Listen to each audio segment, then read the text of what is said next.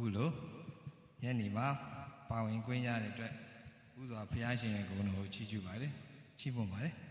အခုကျွန်တော်တို့ဒီနေ့ညနေမှာကျွန်တော်ကျေးဇူးဆိုတဲ့သချင်းလေးနဲ့ကျေးဇူးတော်ချီးမွမ်းမှာဖြစ်ပါတယ်ဒီသချင်းလေးရဲ့အကြောင်းအရာကိုအနည်းပြောပြမယ်ဆိုလို့ရှိရင်တော့ကျွန်တော်တို့96 99ခုနှစ်တွေလောက်ကပသိမ်မြို့စီကိုတေးတန်သွင်းရနေဆိုတော့ဖိုးပန်ကိုမွေးတကောင်ရဲ့အနမ်းဆိုတဲ့ဒီတေးစီရီလေး